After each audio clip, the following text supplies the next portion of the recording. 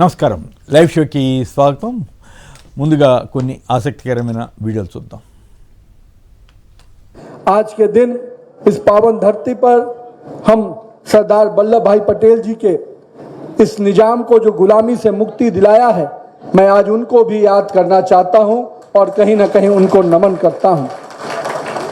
आज के अवसर पे जहां माननीय प्रधानमंत्री श्री नरेंद्र मोदी जी जो लगातार इस देश की सेवा के लिए इस देश के 140 करोड़ भारतवासियों के लिए कैसे हम एक सूत्र में एक साथ भारत को आगे लेके चले इस दिशा में लगातार प्रयासरत हैं।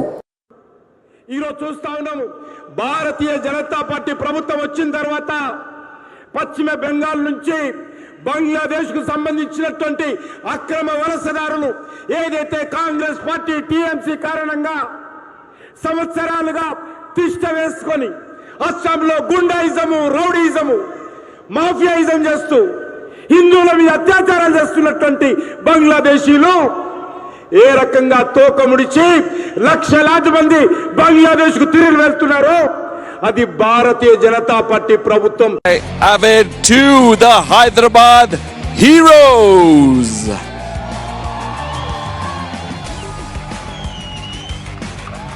And there you go.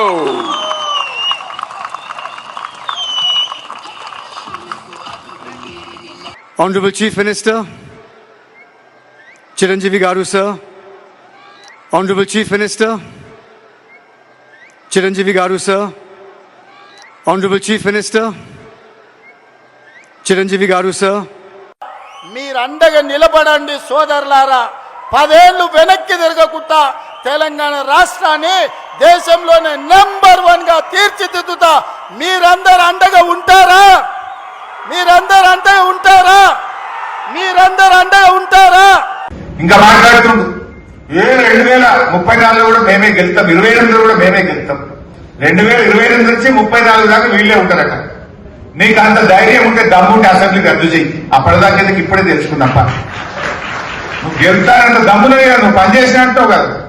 నిజంగానే నువ్వు పనిచేస్తే 2028 దాకా ఎందుకు ఇప్పుడే రాజీనామా చేద్దాం. పడి అందరం అసెంబ్లీ రద్దు చేయి, ప్రజలకు కూడా అమ్మబడేదో ప్రజలే చేసి చెప్తారు. ఇప్పుడు లేదు నువ్వు మా ఎమ్మెల్యేలను చూసుకున్నావు కదా, 9 మందినో 10 మందినో దమ్ముంటే గాలతో రాజీనామా పెట్టి ఎవరు గెలుస్తారో ఇప్పుడు ప్రజలకు పోయి చూసుకుందాం. మేమేమైనా దివానగాళ్ళమా? మాకేమైనా దిమాగ్ లేదా? మరి 3 సార్లు రైతు బంధు ఎగ్గొట్టిన ఏమనాలి? ఏమని పిలవాలా? ఒట్టేసి చెప్తున్నా, మూసి పూర్తి చేస్తా. ఎవడు వచ్చినా, ఎవడు అడ్డం పడ్డా, ఎవడు ఆత్మహత్య చేసుకున్నా మూసీలేసి తొక్కుతా, మూసీ నది ప్రక్షాళన చేస్తా. ఎస్ఎల్బిసి ప్రాజెక్ట్ గురించి మాట్లాడండి. ఎస్ఎల్బిసి ప్రాజెక్టు ఆనాడు బీఆర్ఎస్ ప్రభుత్వం 12 కిలోమీటర్లు మేము ఆ టన్నెలు దవ్వినాం. మీరు మూలకు పడేసిపోతే గబ్బిలాలకు నిలయంగా మీరు మారిస్తే ఆ రోజు అడ్వాన్స్ ఇచ్చి పిలిచి 12 కిలోమీటర్లు ఎస్ఎల్బిసి టన్నెలు దవ్వింది బీఆర్ఎస్. నువ్వు ఇప్పుడు 2 సంవత్సరాలు 7 నెలలు అయింది, 12 మీటర్లు దవ్వినావా? నువ్వు 8 మందిని పాపం అమాయక కార్మికుల్ని బలి చేసినావు. ఎస్ఎల్బిసి టనల్ కుప్పగూలిపోతే శవాలు కూడా బయటకు తీయని దద్దమ్మవు నువ్వా మా గురించి ఎస్ఎల్బిసి గురించి మాట్లాడేది?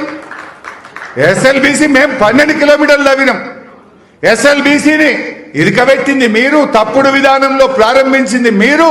అయినా కష్టపడి కింద పడి మీద పడి 12 కిలోమీటర్లు మేము తవ్వితే నువ్వు 12 మీటర్లు తవ్వలేదు. 8 మంది ప్రాణాలు బలిగా ఉన్నావు, శవాలు కూడా బయటకు తీయని చాతగాని దద్దమ్మ ప్రభుత్వం నీది. రావు పొడుగున్నాడు, మా జగదీష్ రెడ్డి గారు పొట్టిగా ఉన్నారు. మేము పొడుగుంటేంది పొట్టిగుంటేంది, మేము మా పనితనంలో మేము పొడుగున్నాం. మా ప్రజలకు సేవ చేయడంలో కేసీఆర్ నాయకత్వంలో ప్రజలకు అందుబాటులో ఉండడంలో పొడుగున్నాం తప్ప నీలాగా సంకుచిత మనస్తత్వమో కుంచిత మనస్తత్వం లేదు మాది. నీ మనసు పొట్టిగుంది, నీ ఆలోచన పొట్టిగుంది, నీ బుద్ధి పొట్టిగుంది, నువ్వు పొట్టిగున్నావు. రైట్, అవి వీడియోలు. ఇక ఏపీ వార్తలు చూస్తే మల్లన్నకు మోసం. రాయలసీమలోని ప్రసిద్ధ శైవ క్షేత్రం మల్లయ్య కొండలో మైనింగ్కు చంద్రబాబు సర్కార్ పచ్చజెండా. మరి సనాతన ధర్మం అలాగే పర్యావరణ శాఖ మంత్రి శ్రీ పవన్ కళ్యాణ్, ఉప ముఖ్యమంత్రి గారు పవన్ కళ్యాణ్ గారు ఎట్లా రియాక్ట్ అవుతారో చూడాలి. బెదవాడ బాస్ భారీ డీల్, ఆ పోలీస్ బాస్ రూటే సపరేటు అంటూ అద్వైక ట్రేడింగ్ అక్రమ డిపాజిట్ల కేసులో భారీ డీల్ అంట. బాగానే ఉంది. ఏపీలో పోలీస్ వ్యవస్థ పతనం అంచులకు చేరుతున్నట్టుంది. 2 ఏళ్లైనా డిఏ ఐఆర్ ఊసే లేదంటున్న ఉద్యోగ సంఘం నేత బొప్పరాజు.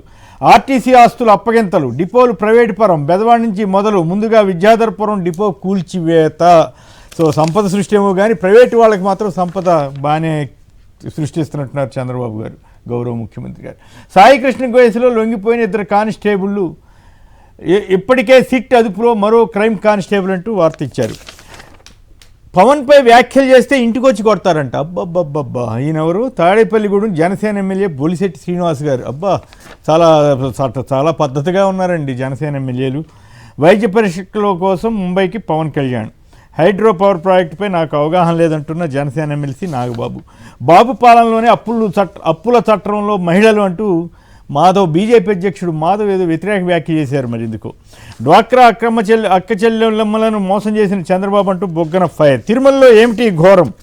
అపవిత్ర ప్రదేశాల్లో దేవతామూర్తుల విగ్రహాలు అంటూ భూమన కరుణాకర్ రెడ్డి ఆగ్రహం. మీరు గెలిచారు, నన్ను గెలిపించేశారంటూ లోకేష్ గారు అన్నారట. మొన్నేమో నన్ను ఓడించబాహండి అన్నారు, వాళ్ళు గెలిపించేశారని చెబుతున్నారు. చంద్రబాబు గారి స్టైల్ బాగానే వంట పడుతున్నట్టుంది.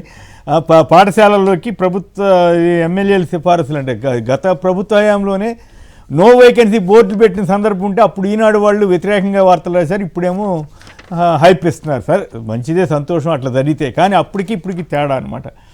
కాకినాడ సెజ్కు సరికొత్త కళ. అసలు కాకినాడ సెజ్జే ఒకప్పుడు ఉండటానికి వీలేదన్న వాళ్ళు కూడా ఉన్నారు కదా. అమరావతి జోలికి వస్తే తడాకా చూపిస్తారంట. ఏంటి అమరావతిలోకి ఎవరిని రానివరా? ఇదేం గుండాయిజం, ఇదేం దౌర్జన్యం, దీనికి చంద్రబాబు గారు వీళ్ళంతా మద్దతు ఇవ్వటం ఏంటి? అసలు ఏం జరుగుతుంది? అమరావతి రాజధాని ప్రజల రాజధానా కాదా?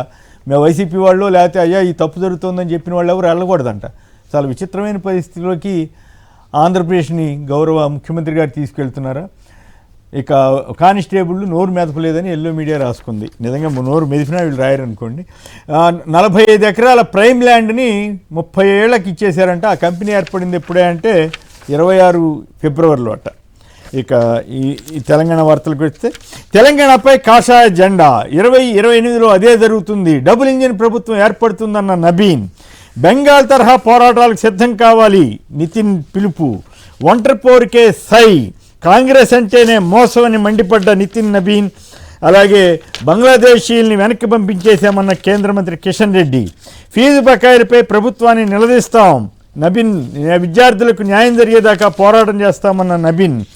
ఫిక్సింగ్ రాజకీయాలు చేస్తేనే ఇక్కడ బీజేపీ గెలుస్తుందన్న కాంగ్రెస్ ఎంపీ చామల కిరణ్ కుమార్ రెడ్డి.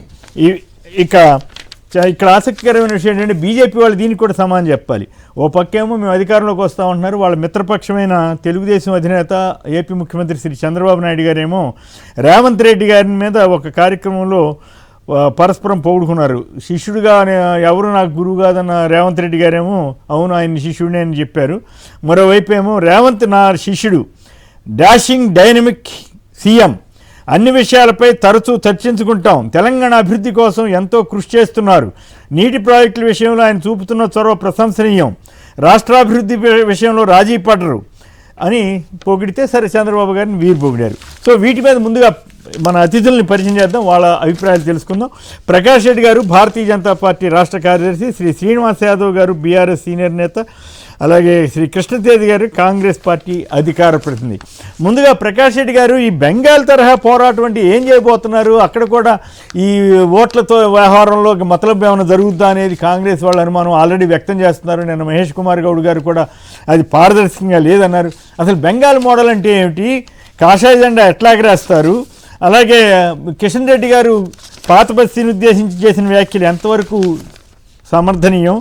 ఒంటరి పోరుకి సై అంటున్నారు. మరోవైపు ఏమో మీ మిత్రుడేమో చంద్రబాబు గారు రేవంత్ రెడ్డిని పొగుడుతున్నారు. సో వీటన్నిటినీ మీ విశ్లేషణ ఏమిటి? వీటి మీద మీరు ఎట్లా సమాధానం ఇస్తారు? మిత్రులిద్దరికి మీకు నమస్కారం కొమ్మినేని గారు. బెంగాల్ తరహా అంటే బెంగాల్ తరహా చాలా స్పష్టం ఏంటంటే పోరాటం చేయడం సార్, ప్రజల కోసం పోరాటం చేయడం, అంతే ప్రజల్లో ఉండడం, ప్రజలతోటి కలిసి ప్రజల పక్షాన వాళ్ళ ధన మాన ప్రాణాల రక్షణ నిలబడ్డం. ఇది గత అసెంబ్లీ ఎన్నికల్లో చూసినాం మనం 2000 గతంలో జరిగినట్టు అసెంబ్లీ ఎన్నికల్లో. దాని పర్యవసానంగా మేము ఆ పోరాటంలో మేము నిలబడ్డాం కాబట్టి 77 సీట్లు గెలిచినాం. 2వ స్థానంలోకి వచ్చినాం కాబట్టి 3 స్థానంలోకి వచ్చేసినాం. అది కదా అర్థం చేసుకోవాల్సింది. బెంగాల్ తరహా పోరాటం అంటే ఇంకో 90 లక్షల ఓట్లు తీసేశారని, దాంట్లో మళ్ళీ 27 లక్షల ఓట్లు పెండింగ్ లో పెట్టారని, డేషన్ ఇవ్వకుండా, ఇవన్నీ కొంచెం జనంలో కొన్ని అనుమానాలు క్రియేట్ అవుతున్నాయి కదా. నేను క్లారిటీ ఇప్పుడు తెలంగాణలో కూడా అదే ప్రయోగం చేస్తారన్నది కాంగ్రెస్ వాళ్ళ అనుమానం, అంతే కదా కృష్ణతేజ గారు? వాళ్ళ అనుమానం అదేనట. తెలంగాణకు సంబంధించినటువంటి ఓటర్ కంపోజిషన్ తెలియని వాళ్ళు మాట్లాడేటువంటి మాటలు తప్ప నాకు ఇంకోటి రాదు సార్. ఎందుకంటే తెలంగాణలో 12% 13% ముస్లిం ఓట్లు ఉన్నాయి. ఆ 12%లో 6 నుంచి 7% ఒక హైదరాబాద్ లోనే ఉన్నాయి. ఈ హైదరాబాద్ నగరమే వాళ్ళకు ఓట్ల గురించి మాట్లాడింది. ముస్లిం ఓట్లు, బంగ్లాదేశ్ ఓట్లు, రోహింగ్యా ఓట్లు, ఈ ఓట్లు, ఆ ఓట్లు అన్ని కూడా. ఇవి కాకుండా మిగిలినటువంటి ఒక 20 టౌన్స్, అది నిజామాబాద్ కావచ్చు, కరీంనగర్, మహబూబ్నగర్, నల్గొండ, నిర్మల్, జైరాబాదు, ఇట్లాంటి కొన్ని, సంగారెడ్డి, ఒక 20 టౌన్స్ ఉన్నాయి. ఇవి 20 ప్లస్ ఒక ఇవి 27 30 తప్పిస్తే మిగతా 80 సీట్లలో 2% 3% సార్ ఒక వర్గం ఓట్లు, ముస్లిం వర్గం ఓట్లు. కాబట్టి ఇప్పుడు ఆ ముస్లింలు ఊర్లో ఉన్నారు, హైదరాబాద్ నగరంలో ఉన్నారు, జైరాబాద్ లో ఉన్నారు, హైదరాబాద్ లో ఉన్నారు, నిర్మల్ లో ఉన్నారు, జైరాబాద్ గ్రామాలలో ఉన్నారు. మీరు నా ఓటున్నా, మీ ఓటున్నా, ఎవరి ఓటున్నా 2 ఓట్లు ఉంటే ఎవరిమైనా తీసేస్తారు.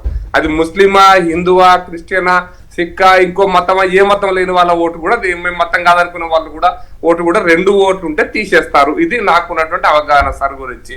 కాబట్టి తీసేస్తే అది ముస్లిం ఓటు తీసేసినట్టు, మిగతా వాళ్ళ ఓటు తీసేస్తే తీసేయనట్టు భ్రమలలో ఇంకా 75 సంవత్సరాల తర్వాత కూడా కాంగ్రెస్ పార్టీ ఆ భ్రమలలో ఉంటే ఉండనియండి. లేదా దేశంలో సోకాల్డ్ సెక్యులర్ పార్టీలు, ఇప్పుడు తమిళనాడులో ఎవరు ఓట్లు తీశారంటే ముస్లింలయా, హిందువులయా? మరి అక్కడ ఎందుకు పెద్ద ఇష్యూ లేదు? ఉత్తరప్రదేశ్ లో ఎవరు ఓట్లు తీశారు? ఉత్తరప్రదేశ్ లో డాక్టర్ సమాచారం మేరకైతే 1,50,00,000 పైచిలకు ఓట్లు పోతే 1 కోటి ఓట్లు హిందువుల ఓట్లే ఉన్నాయట. అంటే అనేక, ఇప్పుడు రాజస్థాన్ లో ముస్లిం పర్సెంటేజ్ ఎంత, మరి అక్కడ పోలేదు 30-40 లక్షలు పోతలేవా? అని కాబట్టి అంటే ముస్లిం ఓట్లు పోతున్నాయి అనేటువంటి సమాచారం అనేటువంటిది, అటువంటి చర్చ అనేటువంటిది, అది కాంగ్రెస్ పార్టీకి స్వతంత్రం కంటే ముందు అపీజ్మెంటే. అప్పుడు కూడా ఇటువంటి లాలూచి వందే మాత్రం నుంచి మొదలు పెడితే ఈ రోజు వరకు అన్ని ఒక మతం కోసం లాలూచి పడే స్థాయికి దిగజారు. లాలూచి అంటే కిరణ్ కుమార్ రెడ్డి గారు అన్నారు, చామల కిరణ్ కుమార్ రెడ్డి గారు, మీరు అంటే బీఆర్ఎస్ పేరు వాడారో లేదో కానీ బీఆర్ఎస్ తో మ్యాచ్ ఫిక్సింగ్ చేసుకుంటే తప్ప మీరు ఎక్కడ గెలుస్తారు అంటున్నారు. మ్యాచ్ ఫిక్సింగ్ మరి వాళ్ళు ఎవరు మ్యాచ్ ఫిక్సింగ్ పెట్టుకుని కేరళ గెలిచారు సార్? గతంలో వాళ్ళు ఎవరు మ్యాచ్ ఫిక్సింగ్ పెట్టుకుని తెలంగాణ, ఇప్పుడు కాంగ్రెస్ బీఆర్ఎస్ కలిసినాయి, ఒక ఎన్నికల్లో పోటీ చేసినాయి. లేకపోతే ఆసారి మీకు అవకాశం లేకపోతుండగా 2004లో ఎవరు పొత్తు పెట్టుకున్నారా మీకు తెలియదా? ఆ తర్వాత టీఆర్ఎస్ పార్టీ టీడీపీతో కూడా పొత్తు పెట్టుకుంది కదా సార్. టీఆర్ఎస్ పార్టీ తెలంగాణలో, తెలుగు రాష్ట్రాలలో ఒకసారి కాంగ్రెస్ తో పొత్తు పెట్టుకుంది 2004లో, 2009లో అఫీషియల్ గా పెట్టుకుంటే తప్పు లేదు, మ్యాచ్ ఫిక్సింగ్ అయితేనే కాస్త చూడటానికి. అంటే ప్రజలు తమ అభిప్రాయాన్ని మార్చుకుంటే మ్యాచ్ ఫిక్సింగ్ అంటారా సార్? ఇది లేదంటే కాంగ్రెస్ పార్టీ నుంచి ప్రజలు ఓటు మారద్దు. ఎప్పటికీ నేను కాంగ్రెస్ పార్టీని గుద్దు కూడా కూర్చోవాలన్నా? అంటే ప్రజల అభిప్రాయం మారదా? అంటే ఈ రోజు మా ఊర్లో ఒక 500 ఓట్లు కాంగ్రెస్ పార్టీకి ఇస్తారు, రేపు టీఆర్ఎస్ కి ఇస్తారు, రేపు ఎల్లుండి బీజేపీకి ఇస్తారు. అయితే ఇది బీజేపీ బీఆర్ఎస్ మ్యాచ్ ఫిక్సింగ్ అన్నట్ట, లేకపోతే బీజేపీ కాంగ్రెస్ మ్యాచ్ ఫిక్సింగ్ అన్నట్ట? ఈ అభిప్రాయం, ప్రజల అభిప్రాయాలు మారుతుంటే దాని మ్యాచ్ ఫిక్సింగ్ అనేటువంటి తమ ఓటమిని ఈ విధంగా కప్పిపుచ్చుకునే ప్రయత్నం తప్పిస్తే ప్రజలలో మిగతా ఇతరు కూడా దీని మీద సమాధానం చెప్పాలి కదా. మరికొన్ని అంశాలు కూడా మనం కీలకమైన అంశాలు, గుంపు మేస్త్రి, ఇతర అంశాల మీద కూడా వెళదాం. ఇది ఇంకొక దానికి సమాధానం చెప్పండి. ఒంటరి పోరు అని మొన్న అమిత్ షా గారు అన్నారు, ఇవాళ కూడా పేపర్లో వచ్చింది. నిజంగానే ఒంటరి పోరు వెళ్తే మీ మిత్రపక్షాలైన టీడీపీ, జనసేన ఏం చేస్తాయి? మరి ఆల్రెడీ చంద్రబాబు గారు రేవంత్ రెడ్డి గారిని పొగుడుతున్నారు, రేవంత్ రెడ్డి గారు చంద్రబాబు గారిని పొగుడుతున్నారు. చంద్రబాబు గారు రేవంత్ రెడ్డిని ఎలా పొగిడింది మీరు చూశారుగా. తెలంగాణ అభివృద్ధి కృషి చేస్తున్న వీరుడి కింద ఆయన చూపించారు. ఆ కామెంట్ తో మీరు ఏకీపిస్తారా లేదా? సార్ ఇప్పుడు తెలంగాణలో ఒంటరిగా పోతున్నాం. బీజేపీ, టీడీపీ, జనసేన పార్టీలు ఆంధ్రప్రదేశ్ లో మిత్రపక్షాలు. ఇంతవరకు ఆంధ్రప్రదేశ్, భౌగోళికమైన ఆంధ్రప్రదేశ్ పరిమితమైనటువంటి పొత్తు. తెలంగాణలో పొత్తు లేదు. ఇది చాలా స్పష్టంగా చెప్పడం జరిగింది. ఉండదని చెప్పి అమిత్ షా గారు చెప్పారు, నితిన్ నబీన్ గారు చెప్పారు. కార్యకర్తల యొక్క అభిప్రాయం కూడా అట్లాగే ఉంది. తెలంగాణలో ఎవరితో పొత్తుండదు, ఒంటరి పోరాటం జరుగుతుంది.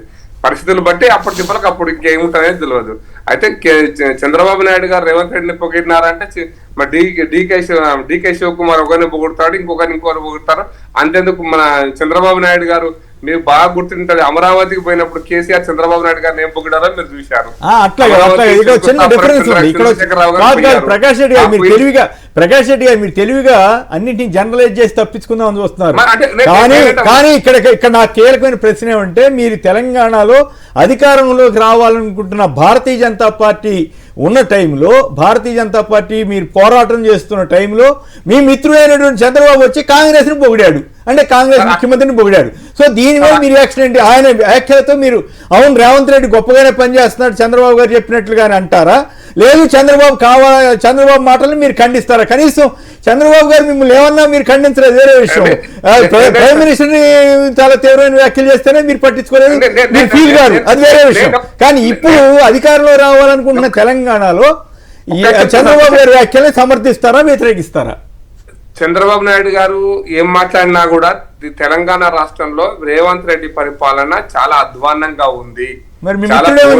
చెప్తున్నారు కదా, మీరు ఎన్నికల సమయంలో తెలంగాణ ప్రజలకు ఇచ్చిన ఏ ఒక్క వాగ్దానాన్ని కూడా పూర్తిగా, నేను పదం ఉపయోగిస్తున్నా, పూర్తిగా అమలు చేయలేదు. 2.5 సంవత్సరాలు గడిచిపోయి 29 నెలలకు వచ్చింది, ఇంకా మిగిలింది 28 నెలలు. మీకు 31 నెలకు వచ్చింది, మిగిలింది 29 నెలలు. డిసెండింగ్ ఆర్డర్ స్టార్ట్ అయింది. మీకు ఇంకా బడ్జెట్ మిగిలింది, పూర్తి బడ్జెట్ ఒకటే. కాబట్టి మీరు ఏమి చేయాలి, అప్పుడు మన ఎన్జిఓ ఉద్యోగస్తుల మీటింగ్ లో ఏం చెప్పడం మనం చూసినాము. కాబట్టి మీరు ఏం చేసినా తెలంగాణలో కాంగ్రెస్ ప్రభుత్వం ఘోర వైఫల్యం చెందింది. ఈ వైఫల్యానికి ముఖ్యమంత్రి మంత్రివర్గం బాధ్యత వహించాలి. చంద్రబాబు నాయుడు మెచ్చుకుంటే ఆయన ఇస్తాం, కానీ మాకు వరకు అంటే ఆయన కాదు పరోక్షంగా కాంగ్రెస్ మద్దతు ఇస్తే బాగానే ఉంటుందని మీరు ఫీల్ అవుతారా? అది వాళ్ళు ఇస్తాం సార్. చేసిన రేవంత్ రెడ్డిని పొగిడినా మీకు అభ్యంతరం లేదు, అంతే కదా? కాదు, బీజేపీ ఎంత అవకాశవాద పార్టీ అనేది మీరే చెప్తున్నట్లు అవుతున్నారు. పొత్తు పెట్టుకున్నా మాకు అభ్యంతరం లేదు సార్. ఇక్కడ పొత్తు పెట్టుకున్న అభ్యంతరం లేదా?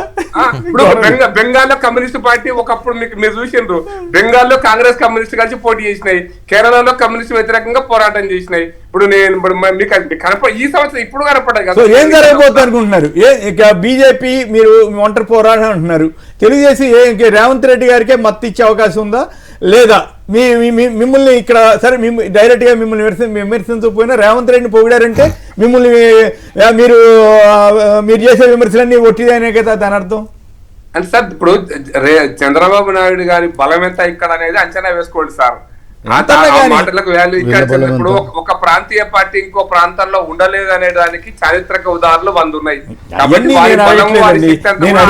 నేను అడిగే ప్రశ్న ఒకటి, సమాధానం ఇంకోటి ఇస్తున్నారు. నేను అడిగేది డైరెక్ట్ గా చంద్రబాబు గారు ఇట్లా చేస్తే మీరు చాలా సంతోషంగా వాటేసుకుంటారా మామూలుగానే, ఏపీలో గానీ కేంద్రంలో గానీ? ఆంధ్రప్రదేశ్ వరకు పరిమితం సార్. ఆంధ్రప్రదేశ్ రాజకీయాలు అక్కడ వరకు. కమ్యూనిస్ట్ మెచ్చుకున్నా మేము చేసేది ఏమి ఉండదు. రైట్ కృష్ణతేజ్ గారు చెప్పండి, తెలంగాణలో ఖాయం అంటున్నారు, మొత్తం కాషాయ జెండా ఎగురుద్ది అంటున్నారు, కాంగ్రెస్ మోసం చేసే పార్టీ అని చెప్తున్నారు. సో బెంగాల్ తరహాలో వస్తుంది అంటున్నారు. సో రేవంత్ రెడ్డి గారు మొన్నటిదాకా నేను ఎవరికి శిష్యుడిని కాదు, ఈ శిష్యుడిని అంటే నేను ఇట్లా కొడతానని కూడా అన్నారు. ఇప్పుడేమో అవును ఆయన గురువు, ఆయన నా గురువే అంటున్నారు. ఏమిటి మీ అండర్స్టాండింగ్? ఇప్పుడు ముందుగా కొమ్మినేని గారు, ఇప్పుడు బీజేపీ వాళ్ళ కాన్ఫిడెన్స్ ఏంటిది ఇందులో? ఎస్ఐఆర్ అనేది ఒక నిరంతరమైన ప్రక్రియ అండి. అది వాళ్ళు అంటారు. మరి ఆర్టికల్ 324 పరంగా కానీ రిప్రజెంటేషన్ ఆఫ్ పీపుల్ అని 2 చట్టాలు ఉన్నాయి మనకి. దాని చట్టాలు కనుక్కొని మీరు రివిజన్ చేస్తా పోతున్నారు. కానీ ఈ 10 ఏళ్లలో మీరు ఇవాళ రాక పాపులేషన్ సెన్సస్ లేవు పబ్లిక్ డొమైన్లో. ఏ సెన్సస్ లేకుండా ఉన్న పలంగా 2000 జనాభా క్రితంగా వీళ్ళు చేసేస్తున్నారు. ఏంటిది ఇదంతా? ఇవాళ తెలంగాణలో ఇప్పుడు రాజకీయాల్లో డెఫినెట్లీ బీజేపీ ప్రపంచం ఏంటిది? 16% ఓటు బ్యాంకు ఉన్న ఒక పార్టీ 35% తెలంగాణ సమాజం గత పార్లమెంట్ ఎన్నికల్లో కట్టబెట్టింది. ఏం చూసి 9 నెలల్లో ఒక పార్టీ 19% ఓటు బ్యాంక్ సంపాదించిందంటే ఏం చెప్పగలుగుతారు? బీఆర్ఎస్ బీజేపీ ఒకడవబోతున్నాయి. రేపు హరీష్ రావు బీఆర్ఎస్ జనతా పార్టీ వెళ్ళి బీజేపీలో విలీనం కాబోతుంది. ఇది తథ్యం.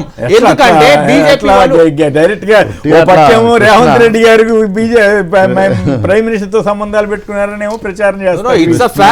హరీష్ రావు గారు హరీష్ రావు భారతీయ రాష్ట్ర సమితి మొత్తం వెళ్ళి బీజేపీలో విలీనం అవుతుంది. చెప్పండి, ఆధారమే చెప్తా.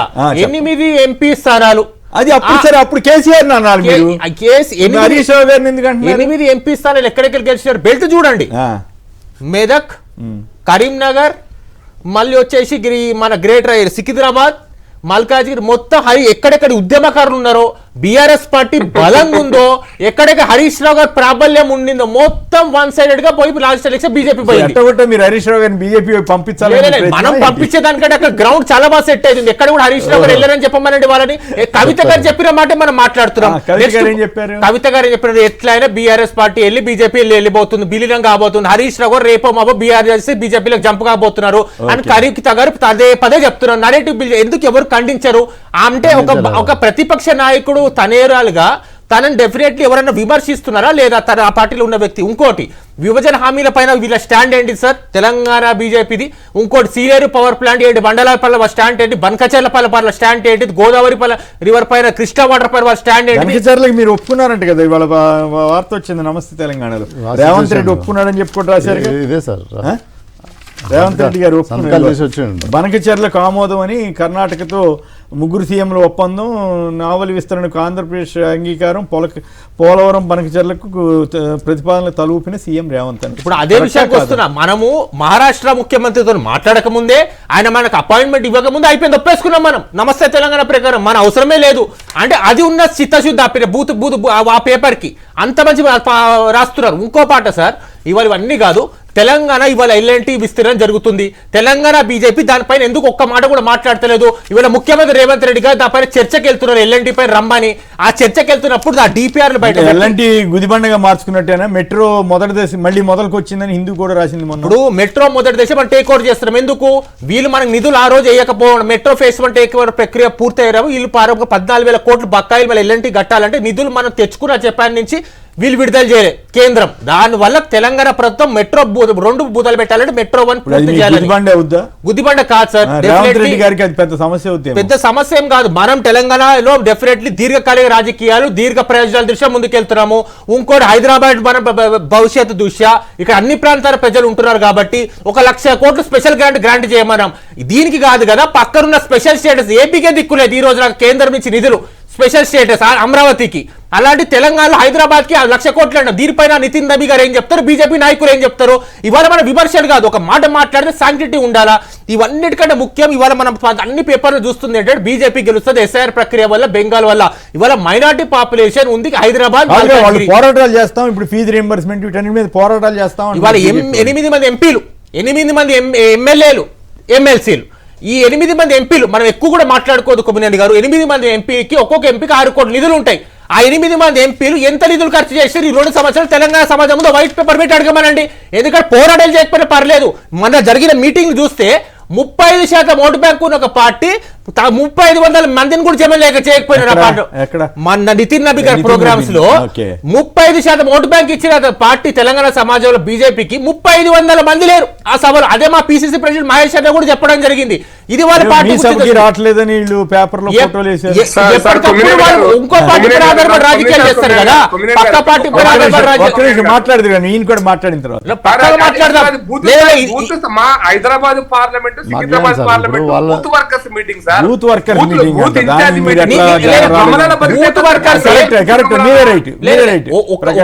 ఒక్క పార్లమెంట్ జనం గురించి కాదు ఇక్కడ నా ప్రశ్న ఏమంటే చెప్పండి. సరే ఇప్పుడు కాదు, ఇప్పుడు రేవంత్ రెడ్డి గారు ఆగండి ప్రకాష్ రెడ్డి గారు, రేవంత్ రెడ్డి గారికి బీజేపీకి చంద్రబాబు గారు అవసరం లేదని చెబుతున్నారు బీజేపీకి. ఇప్పుడు రేవంత్ రెడ్డి గారికి చంద్రబాబు గారు లేదా టీడీపీ జనసేనలు మద్దతు ఇస్తాయా? మద్దతు ఇచ్చే అవకాశం ఉందా ఇక్కడ? అలాగే రేవంత్ రెడ్డి గారిని ఆయన పొగిడారు, ఆయన పొగిడారు. అంటే బీజేపీకిలో కూటమిలో ఉన్న చంద్రబాబు గారిని రేవంత్ రెడ్డి గారు పొగిడితే బాగానే ఉందా? ఇద్దరు గురు శిష్యులని ఒప్పందం ఎట్లా అయ్యారు? మళ్ళీ ఇక్కడ పనితనం ప్రకారం పొగుడుతున్నారండి రేవంత్ రెడ్డి గారు. పక్క రాష్ట్ర ముఖ్యమంత్రి గారు కూడా మా ముఖ్యమంత్రి గారు అదే చెప్తున్నారు. మా రాష్ట్ర నిజంగా సమస్యలు మీరు తీర్చినంత వరకు డెఫినెట్లీ మా రాష్ట్ర ప్రయోజనాల వరకు మీకు చర్చలకు సిద్ధం ఉన్నంత వరకు మేము వెల్కమ్ చేస్తామన్నారు. దానికి అనుకూలంగా జరుగుతున్నాయి. రేవంత్ రెడ్డి గారు రేవంత్ రెడ్డి అనేక సార్లు తిట్టారు కదా, రేవంత్ రెడ్డి అనేక సార్లు అన్నారు, తప్పించుకునేదే లేదు. నేను బరాబర్ అంటే ఎంత తెలుగుదేశం నుంచి వచ్చినా చంద్రబాబు గారి లెక్కే పద్దాక మాట మారిస్తే బాగుండదని చెప్పండి. ఇప్పుడు కానీ మీరు ఒక వ్యాలిడ్ క్వశ్చన్ అడిగినారు ఇక్కడ. ఇప్పుడు తెలంగాణలో టీడీపీ కాంగ్రెస్ ఎమ్మడి ఉన్నట్ట, బీజేపీ ఎమ్మడి ఉన్నట్ట? ఈ క్వశ్చన్ డెఫినెట్ కాంగ్రెస్ ఎమ్మడి ఉన్నట్టే, రేవంత్ ఎమ్మడి ఉన్నట్టే టీడీపీ. ఓపెన్ ఒప్పుకుంటాం. తెలంగాణ టీడీపీ రేవంత్ రెడ్డి మూడు ఉండట్టు. ఎందుకంటే తెలంగాణ బీజేపీ డిసోన్ చేస్తుంది తెలంగాణ టీడీపీని.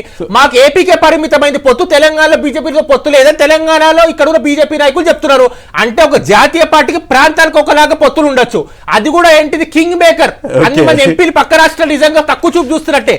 కాబట్టి అంటే ఇప్పుడు దాన్ని బట్టి నాకు అర్థమైంది ఏంటంటే బీజేపీ తోటి ఫ్రెండ్షిప్ చేసినా మీకు ఇబ్బంది లేదు, రాహుల్ గాంధీ గారికి, రేవంత్ రెడ్డి గారికి, కృష్ణదేవరాకి ఇబ్బంది లేదు, చంద్రబాబు గారు బీజేపీతో చేసిన, కాంగ్రెస్ తో స్నేహం చేసినా బీజేపీ వాళ్ళకి ఇబ్బంది లేదు, ప్రకాష్ రెడ్డి గారికి, నితిన్ నవీన్ గారికి, మోడీ గారికి, అమిత్ షా గారికి. సో ఇది ఈ దేశ రాజకీయాల్లో ఇది ఒక ఇంతకంటే అవకాశవాద రాజకీయానికి పరాకాష్ట ఏమైనా ఉంటుందా?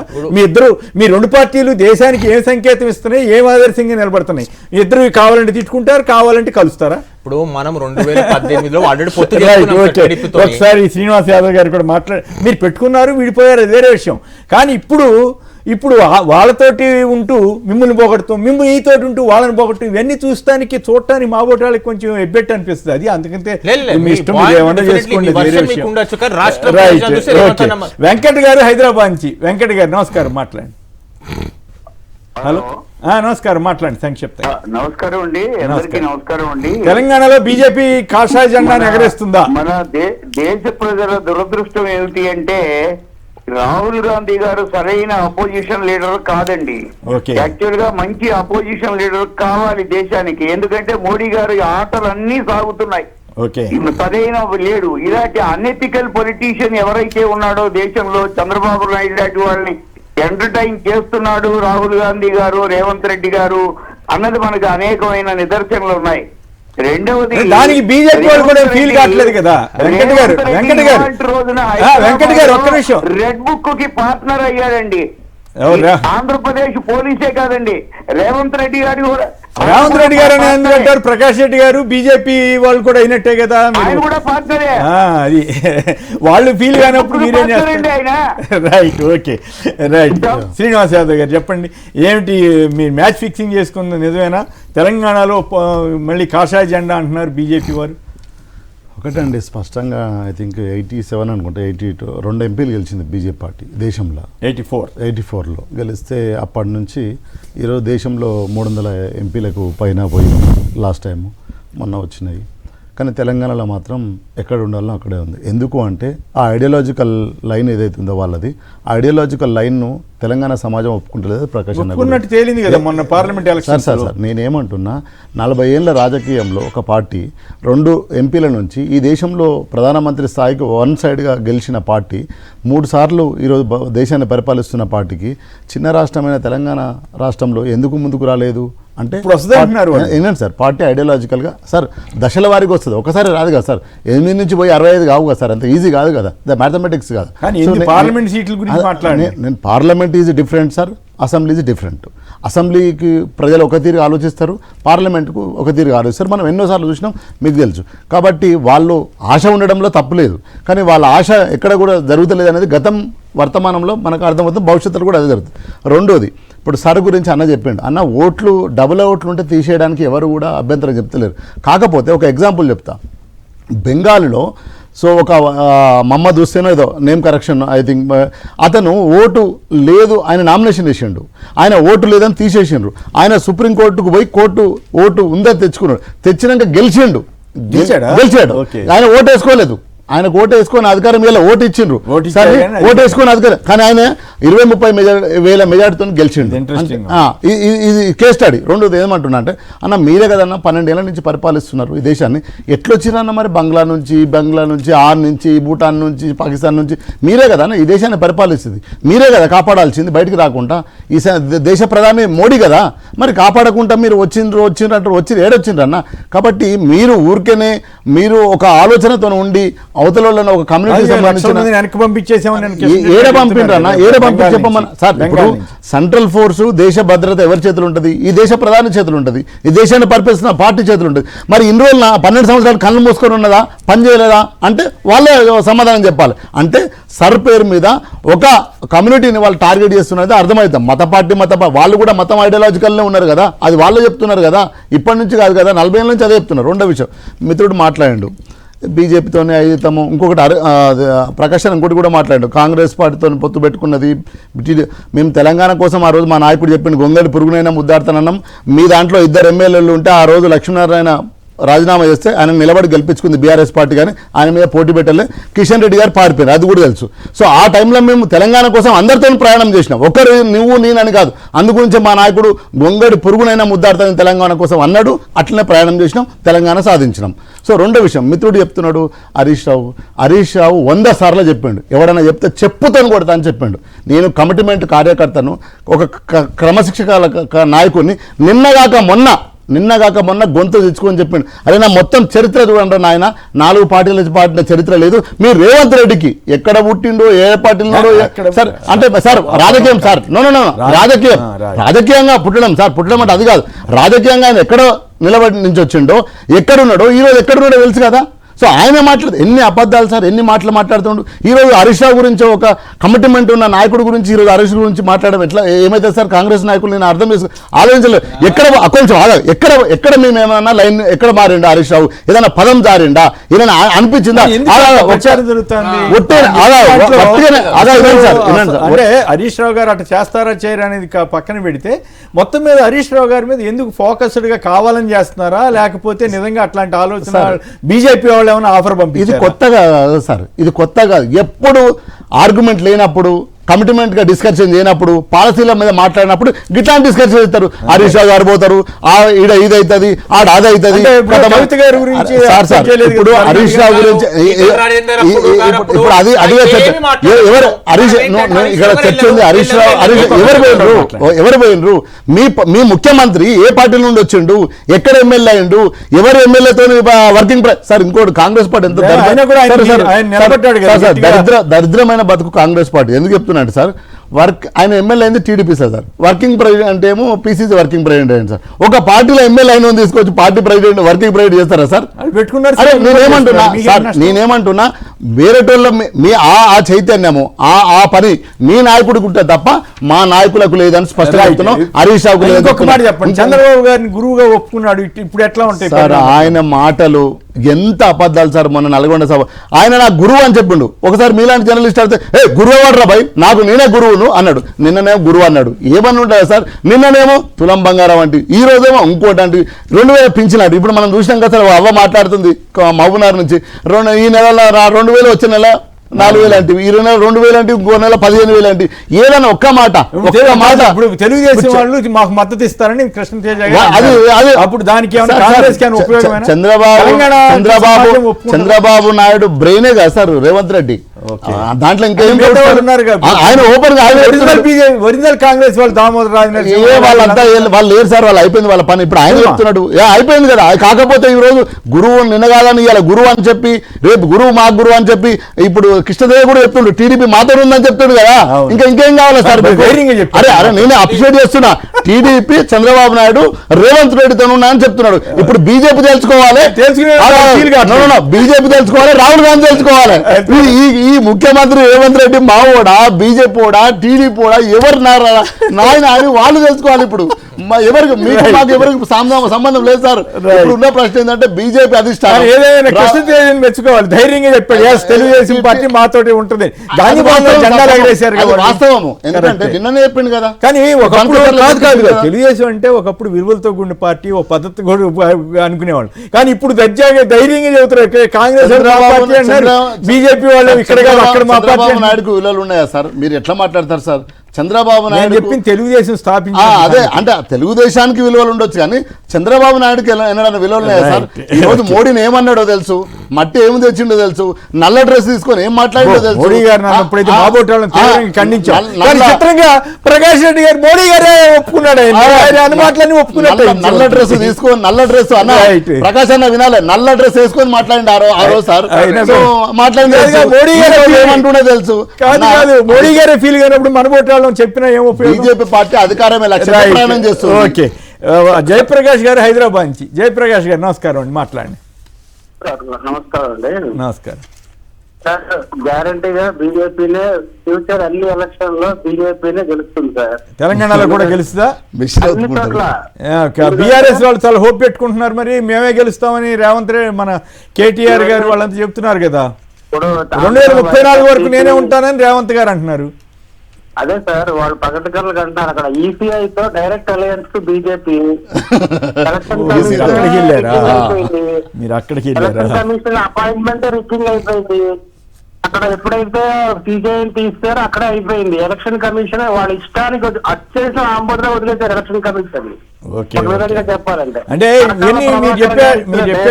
ఇప్పటిదాకా ఆన్సర్ చెప్పలేదంటేనే కరెక్ట్. పరకాల ప్రభాకర్ గారు ఇంత స్పెసిఫిక్ గా చెబుతున్నా కూడా కనీసం ఒక్క ఆఫీసర్ కూడా రిప్లై ఇవ్వలేని పరిస్థితి, ఒక బీజేపీ వాళ్ళు కూడా రిప్లై ఇవ్వలేని పరిస్థితి అయితే కనపడతా ఉంది. రైట్, చూద్దాం మరి ఏం జరుగుతుంది. అయితే పోరాటాల ద్వారానే మేము గెలుస్తామని నేను టిఆర్ఎస్ నాయకులు చెప్పారు. 2 విషయాలు చెప్తాను సార్. ఏంటది? ఈ దేశంలో భౌగోళికంగా బంగ్లాదేశీలో రోహింగ్యాలో ఎప్పుడు స్టార్ట్ అయినరో అస్సాం ఉద్యమం తెలియని వాళ్ళు ఈ దేశ రాజకీయాలకు పనికిరారు సార్. 85లో బంగ్లాదేశ్ లో ఎలగొట్టండి అని అస్సాంలో విద్యార్థి ఉద్యమం జరిగింది సార్. ఎప్పుడు ప్రారంభమైనట్లు లెక్కన మీకు బంగ్లాదేశ్ లో ఈ 12 ఏళ్ళు వచ్చి అనుకుంటారు, భ్రమలలో బతుకుతున్నారు. 70వ దశకంలో ముజిబుర్ రెహమాన్ ఉద్యమం పోరాటం చేసినప్పుడే బంగ్లాదేశ్ నుంచి కోట్లాది మంది వచ్చారు సార్.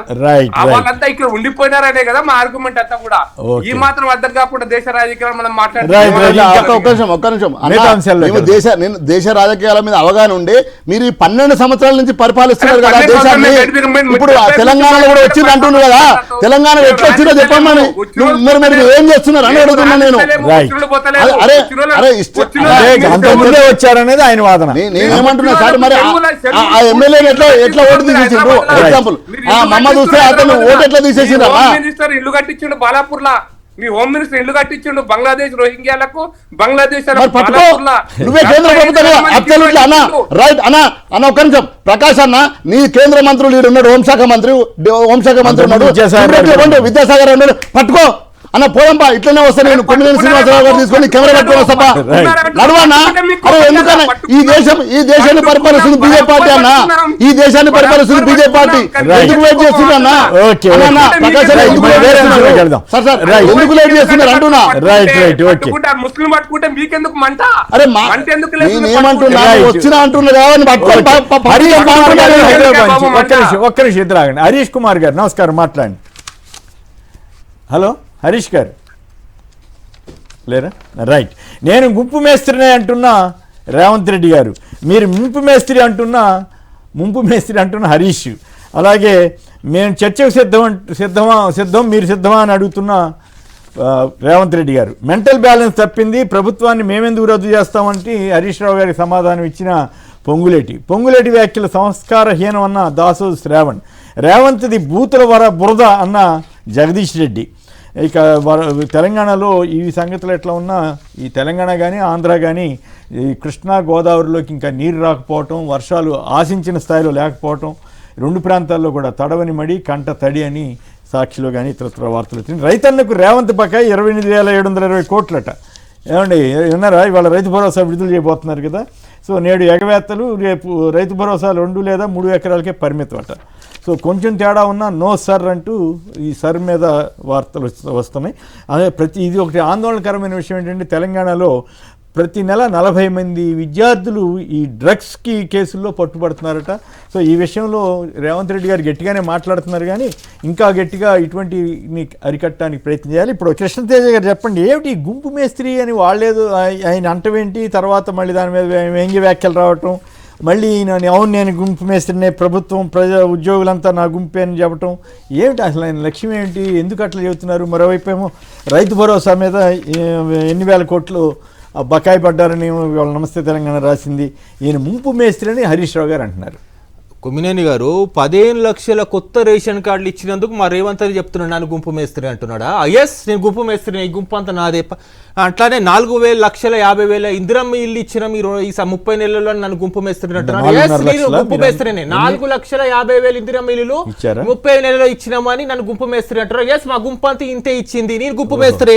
200 యూనిట్లు 50 లక్షల మంది ఇళ్లకి సుమారు చేరుతుందన్న నీ గుంపు ద్వారా గుంపు మేస్త్రి అంటారు. ఎస్, ఈ గుంపు అందరం కలిసి అంత చేసినాం. దాన్ని చూడండి, సన్న బియ్యం నిజంగా 50 లక్షల మందికి తండాలు రాక చేరవేసినందుకు నాకు గుంపు వేస్తుంటారు. ఎస్ నేను గుంపు వేస్తున్నా, మీరు చర్చకు రండి, అసెంబ్లీలో మాట్లాడతాం, ఎవరు గుంపు వేస్తారు ఎవరు ముంపు వేస్తారు అంటే ఎవరు సమాధానం చెప్పరు. అలానే ఇప్పుడు మీరు చెప్తున్నారు ఇవాళ 9 రోజుల్లో 9,000 కోట్లు విడుదల చేస్తాం రైతు భరోసాలో, దేశంలోనే ఎక్కడ లేదు సార్. వీళ్ళేమని అంటే కేటీఆర్ గారు ఇప్పుడు మీరు బయటలో ఏం చూపించారు, 3 సార్లు రైతు బంధు ఎగ్గొట్టే ప్రభుత్వాన్ని కోటేద్దామంటే 2 సార్లు 9 రోజుల్లో 9,000 కోట్లు విడుదల చేస్తున్న ప్రభుత్వం ఇది. ఇవాళ 73,42,000 మందికి ప్రత్యక్షంగా లబ్ధి చేకూరుతుంది. ఇది మా రైతు భరోసాకున్న విలువ. రైతు బంధు రైతు భరోసా ముందు తేడా వ్యత్యాసం తెలుసుకోండి, అన్ని ఒకటే. కాకపోతే 6,000 ఎకరాలు మేము ఇస్తున్నాం, అక్కడ 5,000 ఉండేది. ఇప్పుడు రైతు బీమాకి మేము ఏం చేస్తున్నాము, ఇక్కడ 2 ఎకరాలు ముందు చేసి తర్వాత దాని తరకు పెంచుకుంటూ వెళ్తున్నాం. దానికి అనుకూలంగా ఈ రోజు 2,482 కోట్లు ఈ రోజు విడుదల చేస్తున్నాం. ఇది మాకున్న విలువ, రైతుల పక్షాన్ని ఉన్నది విలువన. అలానే ఉద్యోగ కల్పన ఇవాళ ఇంత ముందు సీజన్ లో ఇవ్వలేదు అనుకుంటా కదా, ఇంత ముందు సీజన్ లో ఇచ్చాం. పోయిన మన సీజన్ లోనే 9 రోజులలో 9,000 కోట్లు ఇచ్చాం. 2 ఎకరాలకే కదా మనం ముందు చేయాల్సింది. మన బడ్జెట్ ప్రకారం హామీ ఇచ్చింది ఎంత, మేము హామీ ఇచ్చిన ప్రకారమే బరాబర్ ముందుకెళ్ళాం. కానీ ముందు మనకు కావాల్సింది ఇంకోటి, ఇక్కడ చిన్న సన్నకారు రైతులను కవర్ చేయాలి. మన హామీలో ఉంది మేనిఫెస్టోలో. 15,000 ఇస్తున్నాను కేసీఆర్ ఉంటే 10,000, మేము వస్తే 15,000 అని చెప్పి 15,000. అరే మళ్ళీ మన రేవంత్ అన్న కూడా చెప్పినారు 15,000 తులం బంగారం. ఇక్కడ ఏం లేకపోయినా ప్రతిది నెరవేర్చి ఓటాడుతా అంటున్నారు. ఇవాళ కూడా అదే స్టాండ్ పైన ఉన్నాం, వెనకపోయే ప్రసక్తే లేదు. తులం బంగారం ఖచ్చితంగా వెళ్తాము. ఇప్పుడు ఇళ్లతో కలిపి అన్ని ఇచ్చిన తర్వాత ఓటాడుతాం అంటున్నాడు రేవంత్ అన్న. దానికి అనుకూలంగా గురించి అడుగుతున్నారు వీళ్ళు, వాళ్ళు అడుగుతారు. చేసేవాళ్ళం మనం కదా. ఇవాళ 9 రోజుల 9,000 కోట్లు ఉమ్మడి ఆంధ్రప్రదేశే గానీ తెలంగాణ చరిత్ర లేదు. ఇవాళ మన ప్రభుత్వం వచ్చేసరికి 2వ సారి జరుగుతుంది దేశ చరిత్రలోనే. దీన్ని ప్రశంసిద్దామా లేదా? ఇవాళ మీరు ఇదంతా హ్యాష్ ట్యాగ్ ఎందుకు వచ్చింది? వాదన మాత్రం బాగానే గుంపు మేస్త్రి అంటే ఎస్ ఈ గుంపు అంతా నాదే, ఈ గుంపుకు మేస్త్రి నేనే అని చూపిస్తున్నారు. వింటానికి కొంచెం బాగా వింటాకు బాగా లేకపోతే ముంపు మేస్త్రి అన్నప్పుడు అసెంబ్లీకి రావాలా, ప్రతిపక్ష నాయకుడు ఇలా పేపర్ చూపించి మాట్లాడాలి. మీరు రెన్యువల్ సీఎం ఢిల్లీకి కప్పం కడితే కంటిన్యూ అవుతారని కేటీఆర్ గారు. ఇది కొమ్మినేని గారు నేను కూడా అగ్రీ చేస్తా. ఇప్పుడు డిబేట్ లో నేను బాగా మాట్లాడితేనే కదా రెన్యువల్ చేస్తారు. నా పర్ఫార్మెన్స్ బాగుంటేనే అది పర్ఫార్మెన్స్ ఆధారంగా ఆయన ఎందుకంటాడు? మీరు డబ్బులు కడుతున్నారు, ఇక బీజేపీ వాళ్ళు కూడా అంటుంటారు కదా కప్పం కడుతున్నారు రెన్యువల్ అవుతున్నారు. ఒకటి విషయం ఇది కూడా మీరు మంచి మాట్లాడాలా.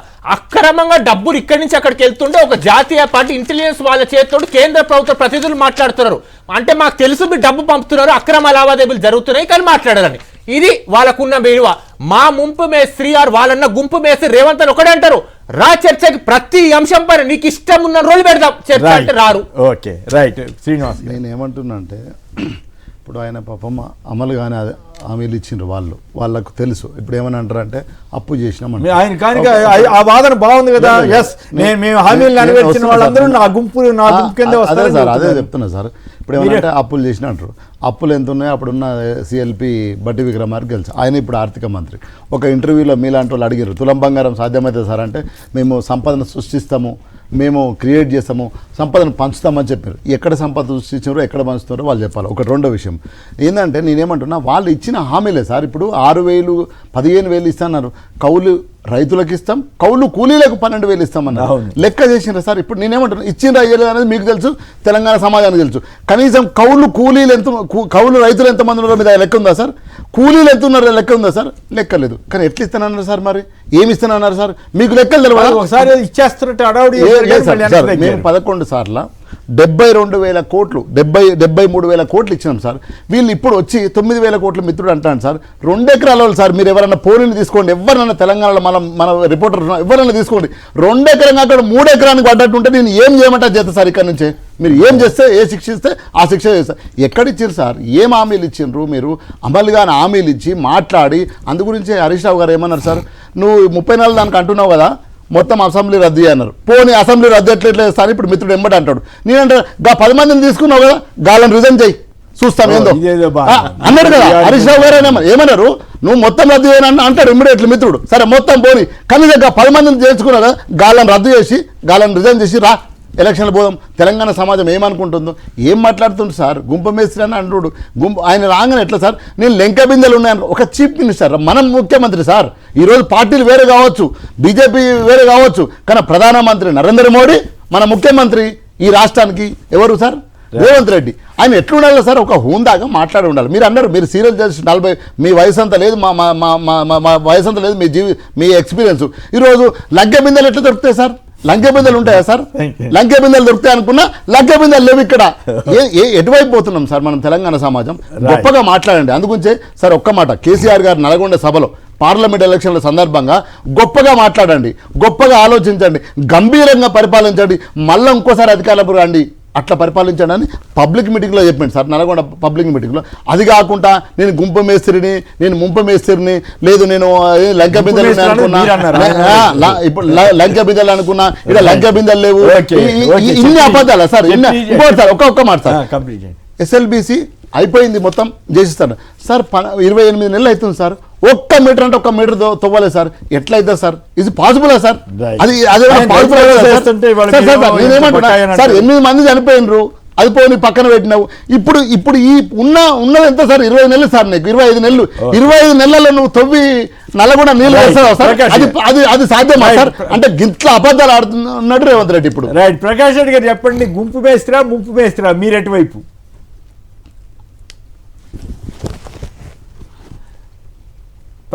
మ్యూట్ లో ఉన్నారు ప్రకాష్ సార్. పక్కా ముంపు మేస్తారు సార్, ఎందుకంటే రైతు భరోసా, రైతు బంధు కాదుగా, మీరు మెట్రో డబ్బులు ఇవ్వకుండా మీరు అడ్డం పడి మీరు ముంపు చేస్తున్నారేమో అని కాంగ్రెస్ వాళ్ళు అంటున్నారు. నేను ఏమంటున్నా సార్, ఇప్పుడు రైతు భరోసా గురించి ప్రామిస్ వాళ్ళు చెప్పారు కదా, అక్కడ 1-2 పాయింట్ చెప్పేస్తాను సార్. మీరు మొత్తం అంటే రైతు భరోసా అనేది ప్రతి సంవత్సరము ప్రతి ఎకరానికి గత ప్రభుత్వం 10,000 ఇచ్చింది, మేము 15,000 ఇస్తామన్నారు. ప్రతి సంవత్సరము ప్రతి ఎకరానికి కలిపి, ఇది నేను లెక్క చాలా స్పష్టంగా చెప్తున్నా సార్. ఇప్పుడు 3 సంవత్సరాల పంట సార్, వారు వచ్చే అధికారంలోకి వచ్చి 2 సంవత్సరాలు దాటి అయిపోయింది, 3వ సంవత్సరం పంట స్టార్ట్ అవుతున్నా సార్. ఇప్పుడు అంటే ఆల్మోస్ట్ 3 సంవత్సరాలకు పంట పెట్టుబడి కోసం ఇచ్చేటువంటి ప్రతిపాదన సార్.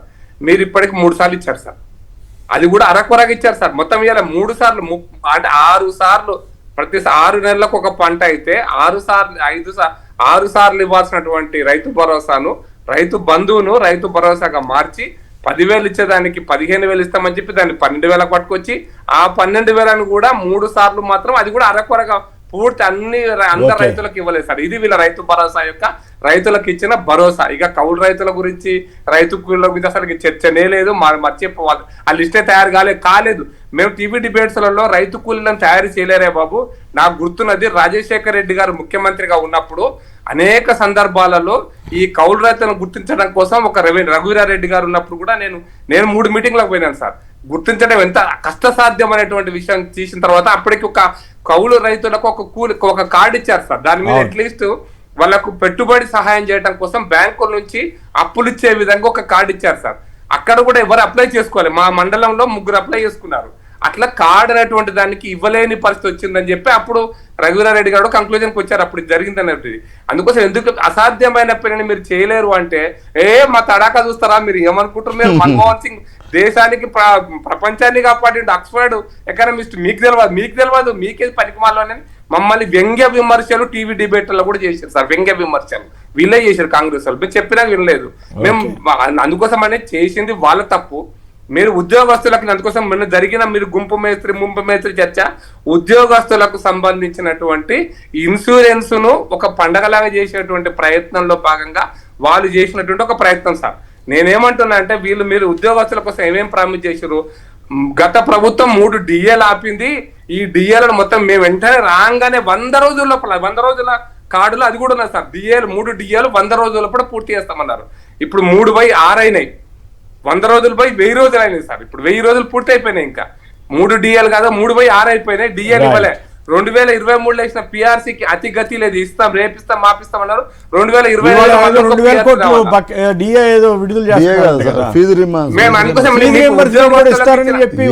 అంతవరకు మంచిదేగా సార్. 100 రోజులలో 3 డిఏలు పెండింగ్ ఇస్తామన్నారు సార్. 1000 రోజులు దాటినా 3కి 3 యాడ్ అయింది తప్ప ఆ 3 ఇయ్యలే. ఇంకా కొత్తగా 3 యాడ్ అయినాయి. ఇప్పుడు 6 పెండింగ్ ఉన్నాయి ఇప్పుడు.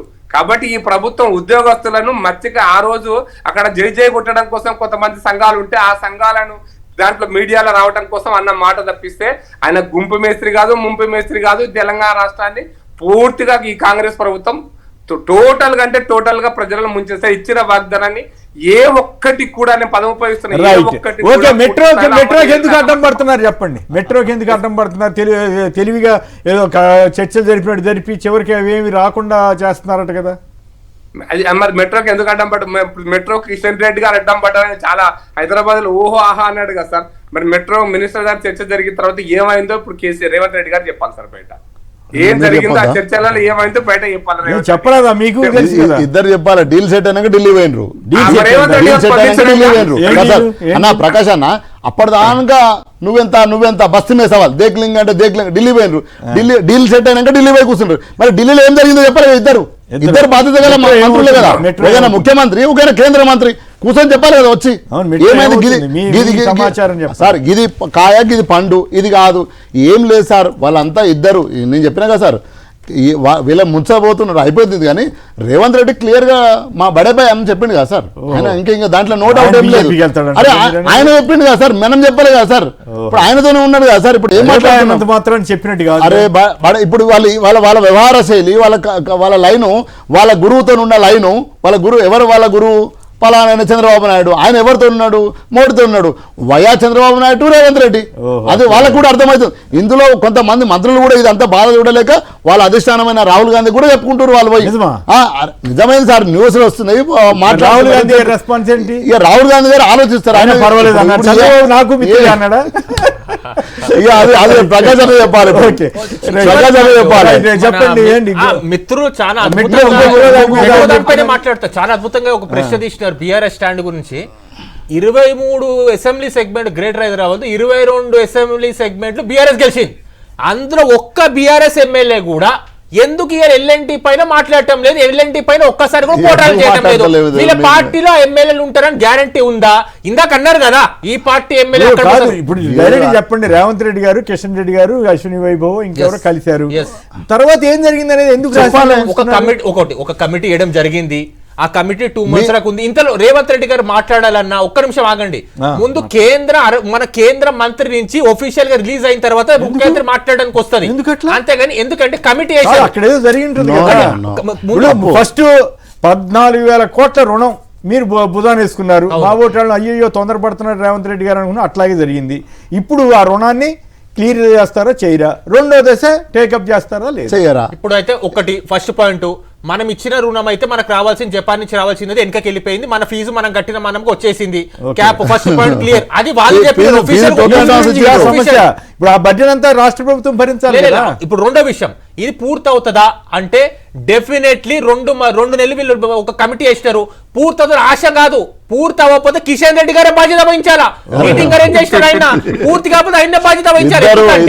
ఎల్ఎన్టీ వాళ్ళని పంపించేసినట్ట కాదా? ఎల్ఎన్టీ వాళ్ళు వెళ్తా అంటే వాళ్ళకి అనుకూలంగా వాళ్ళు వెళ్తాము మేమంటే డెఫినెట్లీ మనం టేక్ ఓవర్ చేస్తామని చెప్పినాం. మనం నిధులు తెచ్చినాం, మన బకాయిలు వేసినాం, వాళ్ళు ఇస్తా అని చెప్పి లాస్ట్ ఒత్తిడి చేసినాము, తెచ్చుకున్నాము. ఇవాళ కిషన్ రెడ్డి గారు ఆ మీటింగ్ అరేంజ్ చేసినారు. అవుట్పుట్ అండ్ మీటింగ్ ది కేంద్ర మంత్రి బయట పెట్టారు.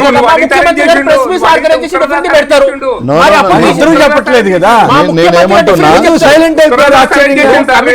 కమిటీ వేసిన తర్వాత చర్చల్లో ఏం జరిగింది? ఎందుకు కమిటీ వేయాల్సిన అవసరం ఉంది? రుణం ఎందుకు వెనక్కిపోయింది అది వాళ్ళు చెప్పాలా? బీజేపీ కేంద్ర మంత్రి చెప్పాలి, మనమేం చెప్తాము? అవుట్పుట్ ఎవరు మీటింగ్ పెట్టిన వాళ్ళు కమిటీ వేసిన వాళ్ళు చెప్తారా? మీటింగ్ పాల్గొన్న మీరు 40 ఏళ్ళు నేను జర్నలిజం ఉన్నా సార్. ఒక మీటింగ్ అయినాక ప్రెస్ కాన్ఫరెన్స్ నిర్వహిస్తారు సార్.